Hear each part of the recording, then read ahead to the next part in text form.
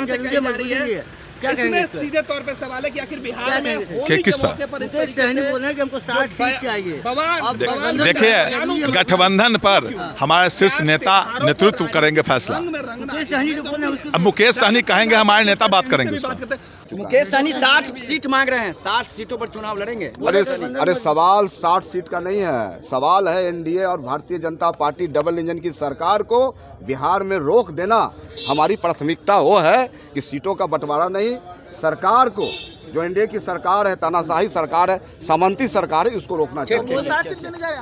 अरे तो ये सवाल अभी नहीं है, सवाल तो है कि विधानसभा चुनाव को लेकर अब बहुत ही कम समय बच गया है और वैसे में हर पार्टी चाहती है कि वो अपने गठबंधन से ज़्यादा सीटों की मांग करे। जीतनराम मांझी एनडीए गठबंधन से लगातार ज़्यादा से ज़्यादा सीटों की मांग करते हैं और लगातार वो करते रहते हैं, चाहे वो मंत्री पद की बात हो, चाहे वो विधानसभा की टिकट की बात हो। वो हमेशा ये कहते रहते हैं कि हमें एक रोटी से पेट नहीं भरेगा तो हम दूसरा रोटी अपने ही आदमी से मांगने जाएंगे, यानी अपने नेता, एनडीए के नेता जो हैं उनसे मांगेंगे।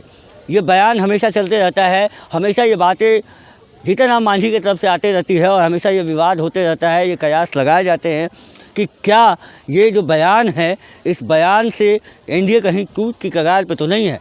लेकिन हमेशा जो है अमित शाह, नरेंद्र मोदी का जो नेतृत्व है वो इस चीज़ को संभाल लेता है।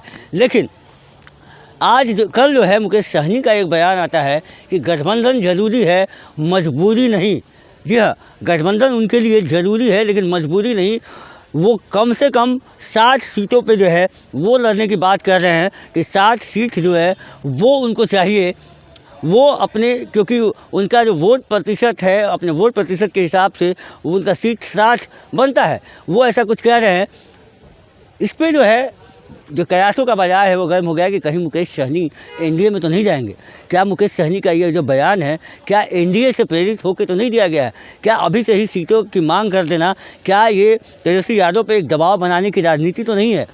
और ये सारी चीज़ मुकेश सहनी राजनीति के तहत तो नहीं कर रहे हैं, क्योंकि उनको बखूबी पता है कि एनडीए जो है काफ़ी मजबूत है। यानी यहाँ पे भी जो है नीतीश कुमार और मोदी के चेहरे पे चुनाव लड़ा जाएगा और तेजस्वी यादव जो है वो कहीं ना कहीं इसमें अकेले फिर से दिखते हुए पड़ रहे हैं। मुकेश सहनी पिछले लोकसभा चुनाव में उनके साथ लगातार हेलीकॉप्टर पे घूम रहे थे, हर जगह चुनावी दौरा में वो जा रहे थे।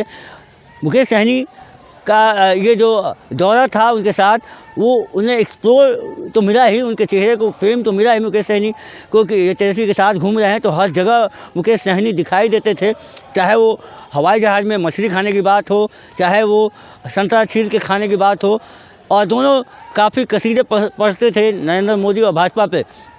तो ये बात मुकेश सहनी की जो आई है उससे अब ये कयास लग रहा है कि मुकेश सहनी कहीं ना कहीं उनका जो दिल जो है वो डोल रहा है और कहीं ना कहीं वो मोदी की तरफ जो है वो झुकाव उनका हो रहा है, क्योंकि 60 सीट किसी कीमत पे मुकेश सहनी को तो नहीं मिलता दिख रहा है। क्योंकि कांग्रेस भी अपने 70 सीट के साथ वो डिमांड करेगी, पिछले साल वो 70 सीट पर लड़ी थी, और राजद 130 सीट, कम से कम 120 सीट पे तो वो लड़ना चाहेगी, ताकि वो इस बार पिछले बार जो वो चूक गई थी कांग्रेस को ज़्यादा सीट देकर। और ये बातें सामने आई थी कि अगर राजद 130-140 सीट पर लड़ती तो वो शायद जो है 150 सीट पर लड़ती तो वो जीत सकती थी, वो सरकार बना सकती थी।